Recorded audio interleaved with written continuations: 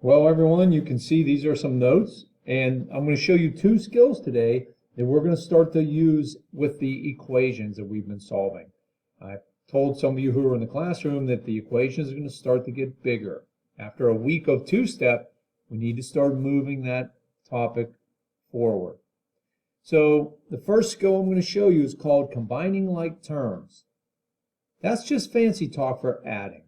Okay, so in math, we can add 4x plus x. This is actually a 1x.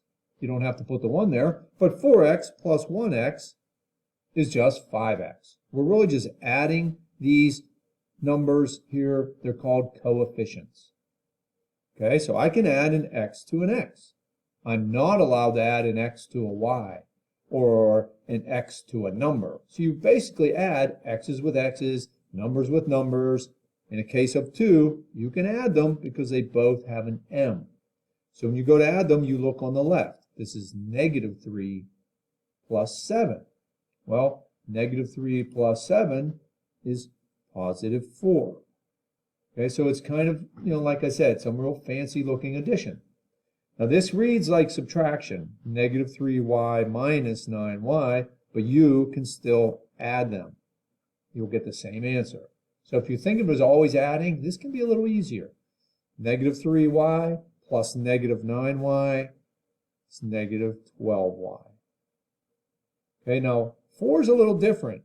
I can't add everything in number 4. I'm going to try to focus this, so give it a second there. I don't think that did too much. But look at 4, we have an x, we have a number, and we have another x. So I can't add it all together. I can add my two x terms, though. I can add 2x and 5x, and I get 7x. Well, what about the 6? I can't leave it behind in the problem, so I just make sure it shows up in my answer. So you see 2x and 5x were like terms. That's the name of the topic, right? Combine like terms. So that's all I'm allowed to add in that problem. And look at 5. It's similar, but it's a little different. A number, an n, and a number. What do you think we're allowed to add there? We're allowed to add the two numbers. And if you add negative 3 to 16, you'll get positive 13. So you could write 13 plus n or n plus 13. It's the same answer, but get in the habit of putting the variable before the number. That's how they are normally written. Okay, now number 6, a little different again, because now we have 4 parts. And I know this is a little blurry, and there's nothing I can do to fix this. I think it works better when things are not handwritten. That seems a little better. So we have a t, a number, a t, and a number. Well, what do you think we can add there? Well, if you're thinking you could add the t's together and you can add the numbers together, you're right. So I'm going to add 1t. Now notice I circle the sign on the left. 1t plus negative 7t is negative 6t. So always look on the left before you add. Now that's a positive 5 and a positive 2.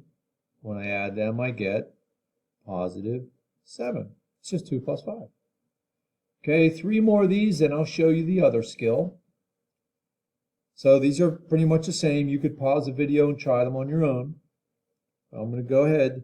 We have a t, a number, and a number. I'm going to add my two numbers. They are like terms. The negative 6t is just going to drop down. Adding the two numbers together will give you negative 7. And number 8, a number, an n, and an n. I'm just going to add my n's together. 7 plus negative 1, you could just do 7 minus 1 if that's easier. 6n. Now don't forget about the positive 5. Make sure that shows up in your answer. Number 9, they are both the same. They each are a z. So negative 1, some people like to write the 1 in there. Negative 1 plus 13, positive 12. Okay, we're almost done. This skill I'm going to show you at the very bottom of the page is called the distributive property. That just means you multiply. In fact, we multiply twice. because there are two terms in parentheses. So the first one is just 4 times 3x. Okay, I want you to think. Times. 4 times 3 is 12. So if it's 3x, it's just 12x. Now wait, we're not done. We still have to do 4 times 2, which is 8. And I'm done. I cannot add them together, because think of what we just talked about. They're not like terms. That's an x. That's a number. I have to stop here. So that's what we're doing. We're multiplying twice. Okay, these little arrows are just your reminder. Don't only multiply once. 2 times negative 5 is negative 10m. 2 times 1 is just 2. Okay, let's see what I mean. These go very quickly. 8 times y is just 8y. You write them next to each other.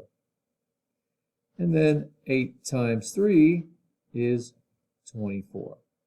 Okay, now number 13 is a little different. We're going to be distributing a negative number. And that's going to switch everything up. Like negative times positive, negative 10x. And negative 5 times negative, or positive 6, I mean, is negative 30. So look at the pattern. When you distribute a negative, it changes both of these. Those two positives became negative. When you distribute a negative or a positive, I keep saying the wrong word, when you distribute a positive, the signs will not change. See how it's negative positive? Look at our answer. Negative positive. So just something to pay attention to about the signs. So the assignment, you will combine like terms, and then when you see the parentheses, maybe I'll write on here, distributive property, you will just distribute. And there is a back, there's only a couple on the back.